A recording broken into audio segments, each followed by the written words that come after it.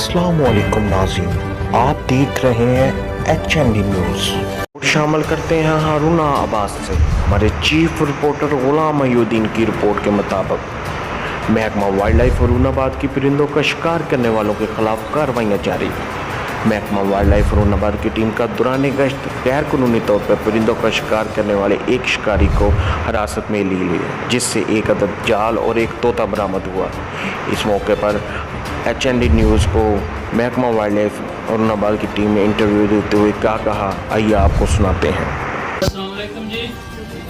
ਅੱਜ ਫਿਰ ਅਸੀਂ ਰਾਤ ਦਾ ਜਿਹੜਾ ਖਪਦੇ ਪਏ ਸੀ, ਕਾਫੀ ਕੋਸ਼ਿਸ਼ ਕਰ ਰਹੇ ਸੀ ਬਾਰਡਰ ਤੇ ਅੱਜ ਫਿਰ ਅਸੀਂ ਇੱਕ ਸ਼ਿਕਾਰੀ ਫੜਿਆ ਤੇ ਮੈਂ ਸ਼ਿਕਾਰੀਆਂ ਨੂੰ ਇਸ ਵੀਡੀਓ ਦੇ ਵਸਾਤਤ ਨਾਲ ਇੱਕ ਸਿਰਫ ਦਿਆਂਗਾ ਮਸ਼ਵਰਾ ਕਹਿ ਲਓ ਜਾਂ ਉਹਨਾਂ ਨੂੰ ਮੈਂ ਕਹਿੰਦਾ ਕੋਈ ਵੀ ਸ਼ਿਕਾਰੀ ਇਹ ਮਤ ਸਮਝੇ ਕਿ ਮਹਿਕਮਾ ਇੱਥੇ ਨਹੀਂ।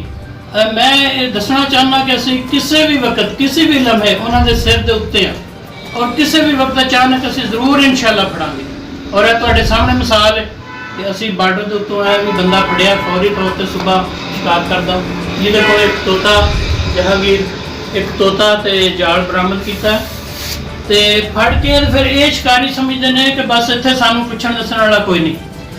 असी ये कहने जिहड़ा शिकारी साडे कोलों फड़िया गया फड़ लिया असी वो फिर बाद मिन्नतां करे तरले करे सिफारिशां करावे, जो भी वाइल्ड लाइफ दे कानून ही कोई नहीं साडे कोल कि बंदे नूं फ्री छड़ दिता जाए या अपने जाती मुफाद की खातर छड्डता जाए। उहदे वास्ते महकमाना जुर्माना कम अज कम जिहड़े साडे डिस्ट्रिक्ट अफिसर ने असिस्टेंट डायरैक्टर साहब वो करनगे। उस तो इलावा अगर वो नहीं कराना चाहता महकमाना जुर्माना तो अदालत साडे जज मोहतरम साहब वो जो जुर्माना करनगे फिर वो जान छुटेगी। अदालत दे विच उहनूं सज़ा भी हो सकती है, कम अज कम 2 साल कैद ते जुर्माना लखां की तादाद चो शिकार की नोयत के मुताबिक।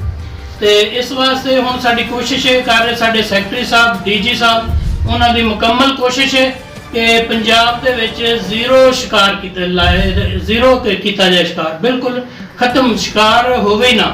तो इंशाल्लाह साडी कोशिश है कि इस चीज़ में असीं और जुर्माने होना बदर मुनीर साहब साडे जिहड़े ने वो भी महकमे दे खास उन्हां कोल हुंदा पंजाब दा, उन्हां दी इन्हां सारियां दी कोशिश है कि ज़्यादा तो ज़्यादा जुर्माना करता जाए। इन्ना लोग शिकार करन दा की करना तो बहुत दूर की गल है, सोचणगे भी नहीं और इंशाल्लाह जल्द अज जल्द हो रहा है।